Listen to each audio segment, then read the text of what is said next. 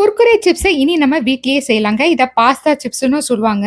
பசங்க எக்ஸாம் முடிச்சுட்டு இப்ப வீட்ல இருக்கும்போது ஏதாவது ஸ்நாக்ஸ் செஞ்சு தர சொல்லி கேட்டுட்டே இருப்பாங்க.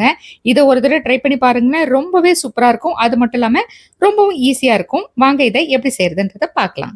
இதுக்கு ஒரு பாத்திரத்துல 6 கப் அளவுக்கு தண்ணி எடுத்திருக்கேன். நான் 2 கப் அளவு பாஸ்தா வந்து இதுல வேக வைக்க போறேன். இது கூடவே நம்ம 1 டீஸ்பூன் அளவுக்கு உப்பும் சேர்த்துக்கலாம். 1 டீஸ்பூன் அளவுக்கு எண்ணெயும் சேர்த்துக்கோங்க. அப்பதான் பாஸ்தா வேகும்போது ஒண்ணோட ஒண்ணு ஒட்டாம இருக்கும். இப்ப இத மூடி போட்டு ஹை ஃப்ளேம்ல வச்சு 2ல இருந்து 3 நிமிஷம் நல்லா கொதிக்க விடணும். பாருங்க இந்த மாதிரி பபிள்ஸ் வரா மாதிரி கொதிக்க விட்டுக்கோங்க. இப்ப நம்ம எடுத்து வச்சிருக்க 2 கப் பாஸ்தா வந்து இதுல சேர்த்துக்கலாம். நான் வந்து ஸ்ப்ரிங் பாஸ்தா சேர்த்துக்கிறேன். நீங்க எந்த ஷேப்ல இருக்க பாஸ்தா வேணும்னாலும் சேர்த்துக்கலாம். இது வந்து பார்க்க குர்குரே மாதிரி இருக்கணும்ன்றதுனால நான் ஸ்ப்ரிங் பாஸ்தாவை எடுத்திருக்கேன். இதை நம்ம மீடியம் ஃப்ளேமில் வச்சுட்டு 6லேருந்து 7 நிமிஷம் போல் கொதிக்க விட்டுக்கலாம். பாஸ்தா நல்லாவே வெந்திருக்கணுங்க. அப்போ தான் நம்ம பொரிக்கும் போது ரொம்ப ஹார்டாக இல்லாமல் இருக்கும். ஒரு 7 நிமிஷம் போல் நான் வந்து வேக வச்சுட்டேன். இப்போ ஒன்று எடுத்து நம்ம செக் பண்ணி பார்க்கலாம் நல்லா வெந்திருக்கான்னு. இப்போ இதை எடுத்து லைட்டாக ப்ரெஸ் பண்ணும்போதே உடையணும். இந்த அளவுக்கு வேகணுங்க. இப்போ நம்ம ஸ்டவ் ஆஃப் பண்ணிவிட்டு இதை வடிகட்டி எடுத்துக்கலாம். ஒரு பாத்திரத்தில் இது மாதிரி ஃபில்டர் வச்சு நான் வந்து வடிகட்டிக்கிறேன். வடிகட்டினதும் உடனே வந்து நம்ம பச்சை தண்ணியை வந்து மேலே ஊற்றிக்கலாம். இதை ஆற வைக்கணும்லாம் அவசியம் இல்லைங்க. உடனே அடுத்தடுத்த ஸ்டெப்பை வந்து நம்ம பண்ண ஆரம்பிச்சிடலாம். இப்போ இந்த தண்ணியும் வந்து ஒரு 2 நிமிஷத்தில் நல்லா வடிகட்டின பிறகு இது ஒரு பாத்திரத்தில் மாற்றிடுங்க. கொஞ்சம் கூட தண்ணி இருக்கக்கூடாது. நல்லா ட்ரை பண்ணிவிடுங்க. இப்போ இதில் ஒரு 3 டீஸ்பூன் போல் கார்ன்ஃப்ளவர் சேர்த்துக்கலாம். அதாவது சோள மாவு சேர்த்துக்கோங்க. இது வந்து இதோட சேர்ந்து மிக்ஸ் பண்ண பிறகு தான் நம்ம பொரிக்கும் போது நல்லா கிறிஸ்பியாக வரும்.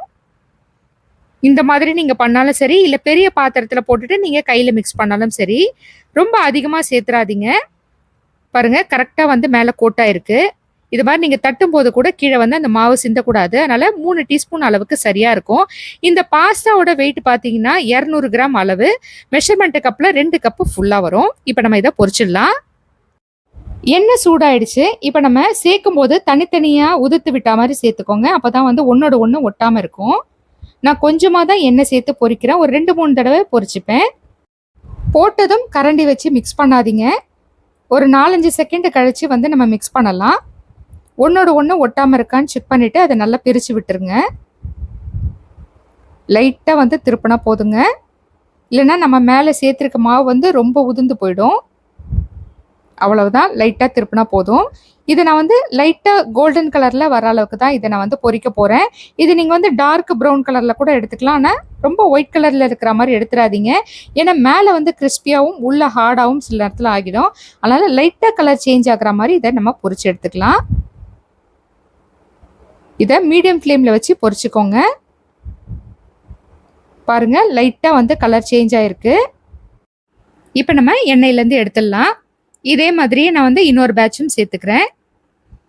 பாஸ்தாவை நீங்கள் நல்லா வேக வச்சிங்கன்னா தான் இதை வந்து சாப்பிடும்போது ஹார்டாக இல்லாமல் சாப்பிட்றதுக்கு நல்லாயிருக்கும். பாஸ்தா சரியாக வேகலைன்னா ரொம்பவே ஹார்டாகிடும். அதனால் நல்லா பார்த்து வேக வச்சுக்கோங்க.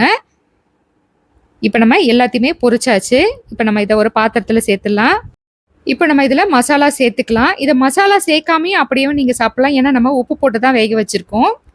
இப்போ இதில் ஒரு 1/2 டீஸ்பூன் போல் உப்பு சேர்த்துக்கலாம். 1/2 டீஸ்பூன் போல் தனி மிளகாய் தூள், 1/2 டீஸ்பூன் தனியாத்தூள்,